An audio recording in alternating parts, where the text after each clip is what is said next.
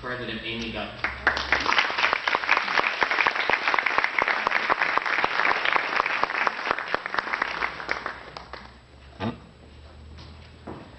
Thank you, Clinton.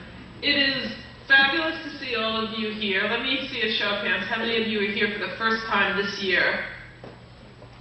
Terrific. How many hands have been here before? Great. So this is about evenly divided between the newcomers and what we'll call the recidivists, who are recidivizing, I just made up a new word, for the best of causes.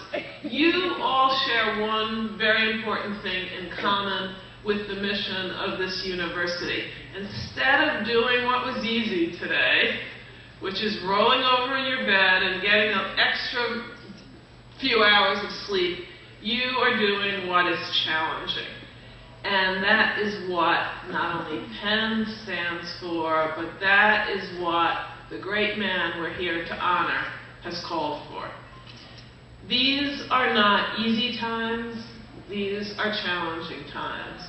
The arc of the moral universe is long, but it bends towards justice, Dr. King said. It doesn't bend towards justice automatically. We've seen devastation, tragedy beyond any of our words in Haiti. But to keep that arc of the moral universe bending towards justice, we have to be pulling and tugging and working hard, not individually, but together.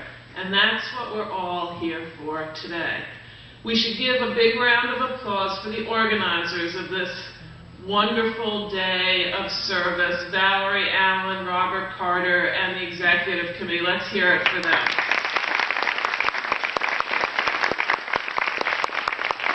A special call out to one of my dear colleagues who you will hear speaking later, Walter Palmer. Walter, stand up for a moment. Let us recognize you. Walter has devoted his career towards helping the most vulnerable children in our community and towards helping us bend that moral arc towards justice. Thank you. 7 o'clock this morning, I got a call from Chad Laster, who wanted to remind me to bring my glasses. I bought 2 pair. Good morning, President Gutman. I know President Gutman may have to leave early if he has not left already, but Joanne is still here. Members of the MLK Breakfast Committee and honored guests. I'd like to formally congratulate President Gutman on her commitment to the PEN Compact. I'd also like to recognize my dear friend, Councilman Janie Blackwell, who's with us today. And welcome my esteemed colleagues, Dr. Anthony Montero, who is an authority on W.E. Du Bois. He's here from Temple University.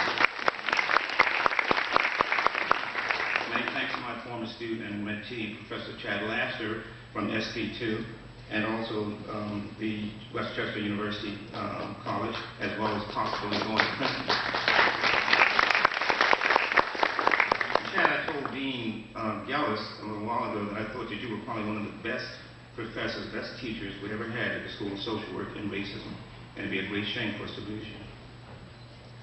I'd also like for us to note the fact that we have several members here from the old Black Bottom, the neighborhood which I was raised in. They're here in the audience today. I appreciate that.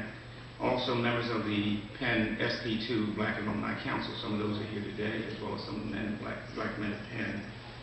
And I'd like to ask, it's too many to name, a number of the students, my students past and present. Would you stand? There's too many to name. I don't want to just stand through right where you are. Just stand up. I appreciate your being here. This morning, I want to talk to you. I want to thank the committee for inviting me. But I want to speak to you this morning on a topic I've chosen. And the topic is, what would King and Malcolm say if they were here today? I first met Dr. King here in Philadelphia after he had recovered from being stabbed by a deranged woman in New York City. My next encounter with him was when he was being boycotted by local civil rights activists, ministers, and Black Power advocates. And I argued on his behalf for them to allow him to participate here in Philadelphia in our movement. As you may or may not know, Dr. King was not well received in Northeast Harvard. He was largely part of the Southern experience.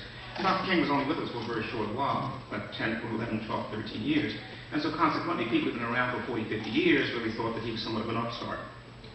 My last meeting with the man we fondly called Mike King was when I was asked by a number of the black activists to confront him on the stand he had taken on integration and his position on the war in Vietnam, which they believed he had shifted on. And this comes after he had been attacked by Director of FBI, J. Edgar Hoover. And unfortunately, he died 2 weeks after our meeting. The first time I met Malcolm X was at the West Philadelphia Mosque he created in Lancaster Avenue. In later years, my barber, Aaron Wright, who was a close associate of Malcolm, convinced me to continue supporting Malcolm when he left the Nation of Islam and came back to Philadelphia to set up the OOAU, the Organization of African and African American Unity.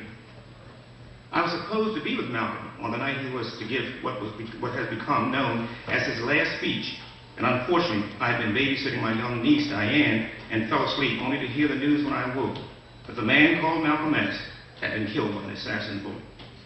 In 1966, as the chairman of the, 1966, as the chairman of the Black People's Unity Movement, we organized a tribute to Malcolm X with Charles Fuller, Larry Neal, Leroy Jones, and Malcolm's wife, Betty Shabazz, in attendance.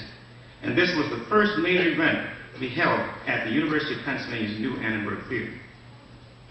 These two great men lived and died in the same time period, and unfortunately leaving the unfinished work of deconstructing the black-white binary that has been operating systemically in institution in America for over 400 years.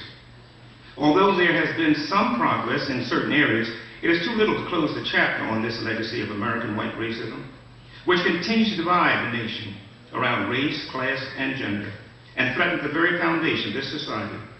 Today, we honor Dr. King with a day of work and service, although he was not a person who would have wanted a day named after him, and I would certainly have to agree with him. Whether it was him or King, I would agree. Or Malcolm. How do we honor all the martyrs that have made personal and extreme sacrifices throughout 400 years' struggle in America for social justice in general, and black liberation in particular? The Day of Service is wonderful, and American people in general historically have been a generous people when it comes to responding to human tragedy and crisis. Yet we must not lose the sight of the need to continue the fight that King and Malcolm sought to totally deconstruct every vestige of systemic racialized policies that are institutionalized in every facet of American custom, tradition, culture, and life. This struggle has been compounded by the fact that most Americans are in denial about the racism that has been directed towards blacks since the founding of the nation. The failure of the nation to unite and have a concerted and collaborative effort to end black oppression in America once and for all has also created divisions within the nation between conservatives, liberals, apologists, progressives, Republicans, Democrats, and independents. This legacy of American white racism, black-white binary, has created a nation of people who live in fear, suspicion, guilt, shame, righteous indignation, sympathy, pity, and denial about race in America, all of which mitigates against the real possibilities of a post-racial society. I'd like for everyone in attendance here to participate with me as we examine where we have been, where we are, and where we need to go. I want everyone in the room to please close your eyes and imagine me having a conversation about race with a stranger on Penn's campus. Please close your eyes. Literally, close your eyes for me.